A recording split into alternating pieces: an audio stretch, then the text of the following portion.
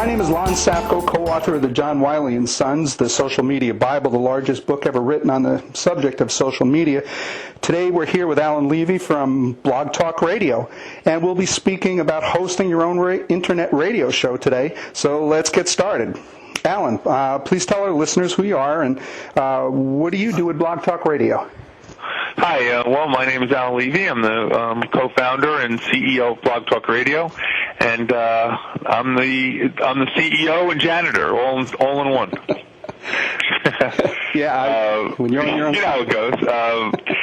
BlogTalkRadio is, we define it as a kind of a citizen broadcast network where anyone, an individual, a company, or organization that has a phone can live stream their own have their own radio show with live and interactive with callers and a chat that goes on during the show, and that conversation is archived as a podcast. To me, I think that's absolutely unbelievable that you can actually give a voice to the average citizen at no cost. What's the process? I mean, it's free, right? It's free, yes. Well, we have two parts of the network. The main network is the network which we launched in October 2006.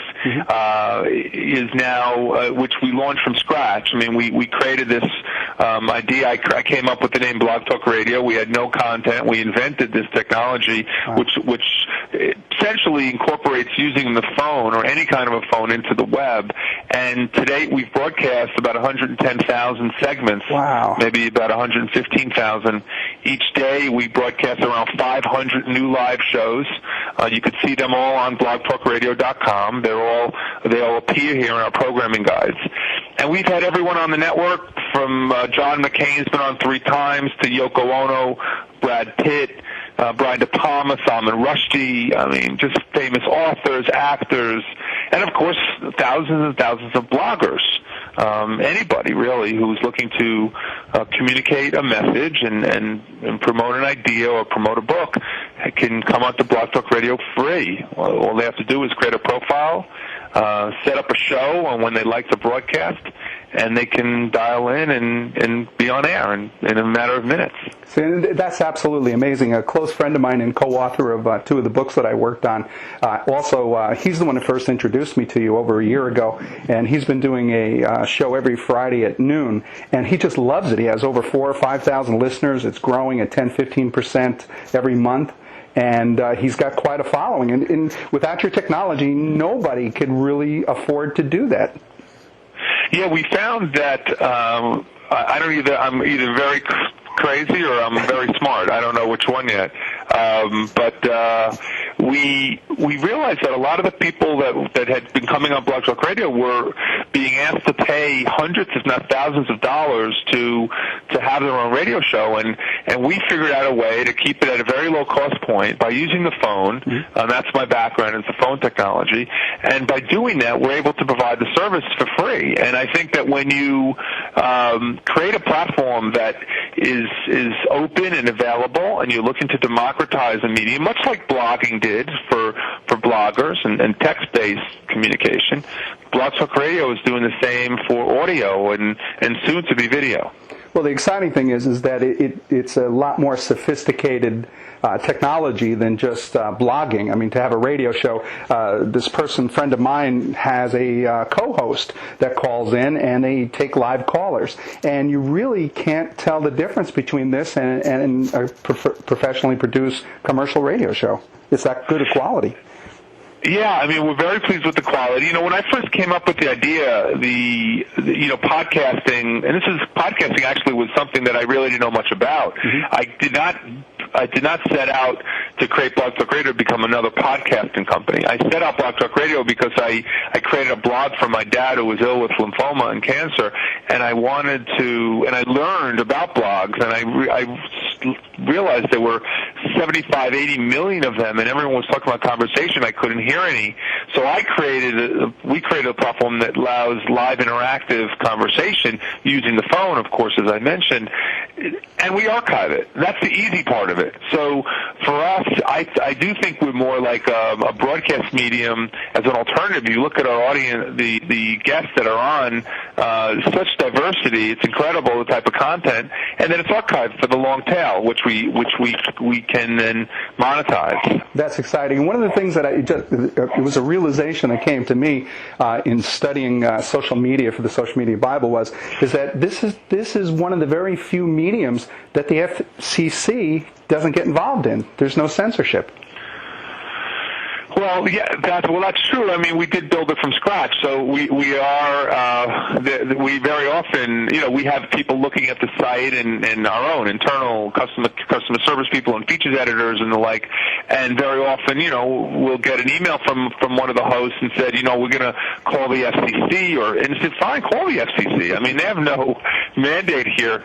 This is a collection of conversations, and it's monitored and it's run by us on our site.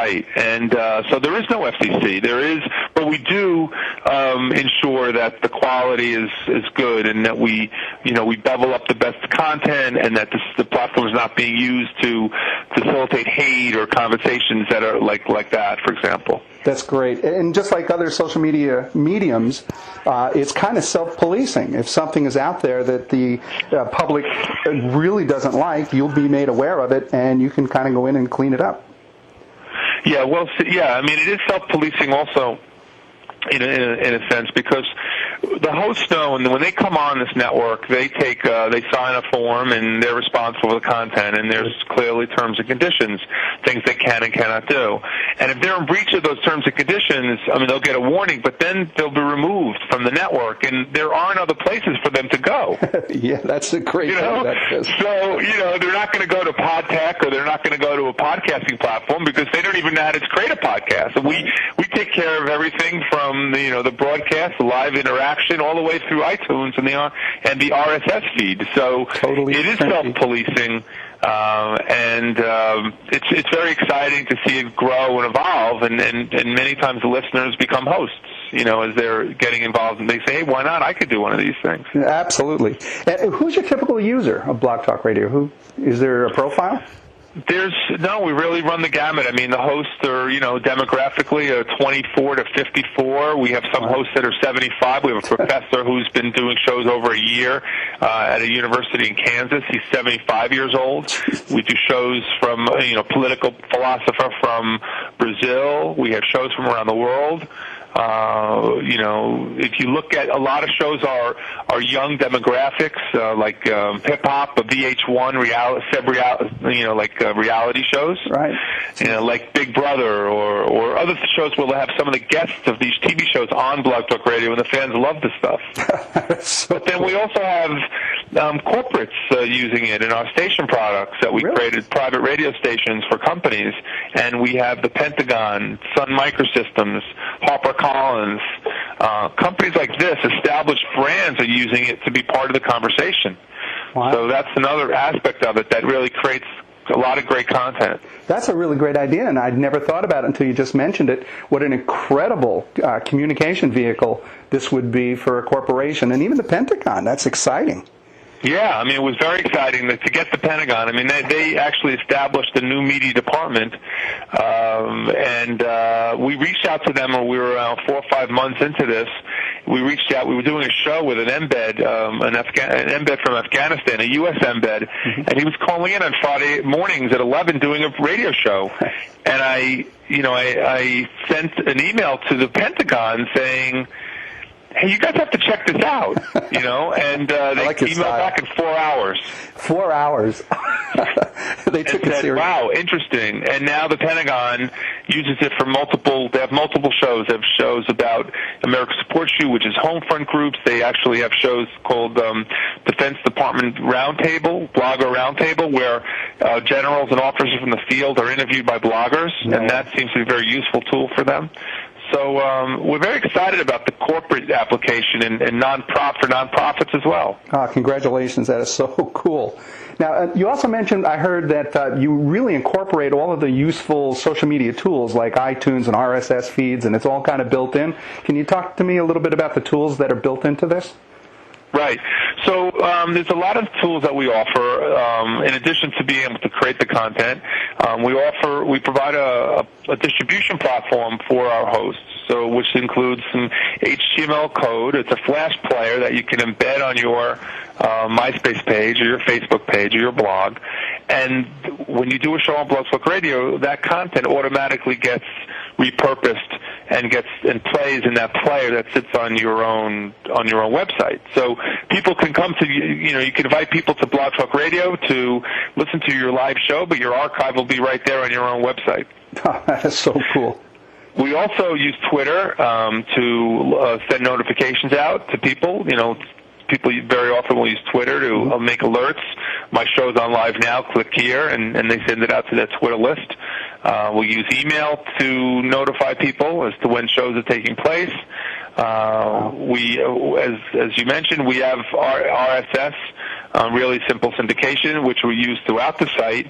But most popular is, of course, the iTunes capability, where our hosts they register for iTunes, and the RSS feed from iTunes would incorporate the content on Blog Talk Radio. So it's a total turnkey solution. It is a total turnkey solution. That's correct. Jeez, that is just. And wait a minute, you have your own talk show. Is that true? I do. I am a talk radio. I was the first talk radio host on Blog Talk Radio, of course, and my show is at blogtalkradio.com/Alan Levy.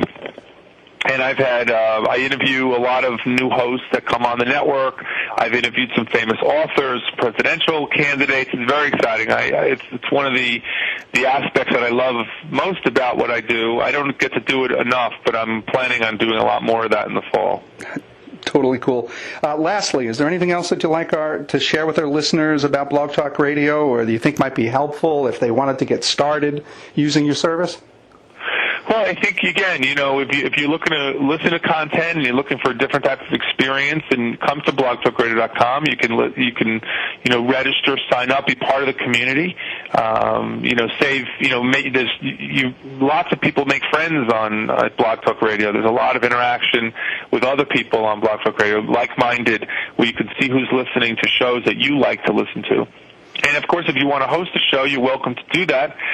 If you're a company that's looking to be part of the conversation and get certain messages out and also leverage our audience, we also provide that capability on Blog Talk Radio. So I think that's it. I appreciate the opportunity. I think we're a unique platform. We may not be the most famous, but I like where we're positioned. I think there's a lot of very exciting things to look forward to. Alan, this is really great. Can you tell our listeners once again where they can go, what the websites are for more information about you and Blog Talk Radio? You can go to blogtalkradio.com to check out the site, and of course, my shows at blogtalkradio.com/Alan Levy, and just come on in, and as we say, join the conversation. That's great. I really appreciate sharing these insights with you. Alan Levy, thank you for sharing those insights. Please go visit Blog Talk Radio. Take a listen to some of the shows. They are really great. And again, thank you for being here today, sharing those valuable insights. And this has been Lon Safko, the co-author of the Social Media Bible, published by John Wiley & Sons. Be sure to check out the other valuable social media tactics, tools, and strategies that can be found in the Social Media Bible book, and our website at www.thesocialmediabible.com. More information about me, Lon Safko, or to learn how I can speak at your company or your next event, please visit my website at www.lonsafko.com. And again, Alan, thank you, and thank you everyone for being here today with us. Thank you. Our pleasure. Thank you. Bye-bye. Bye.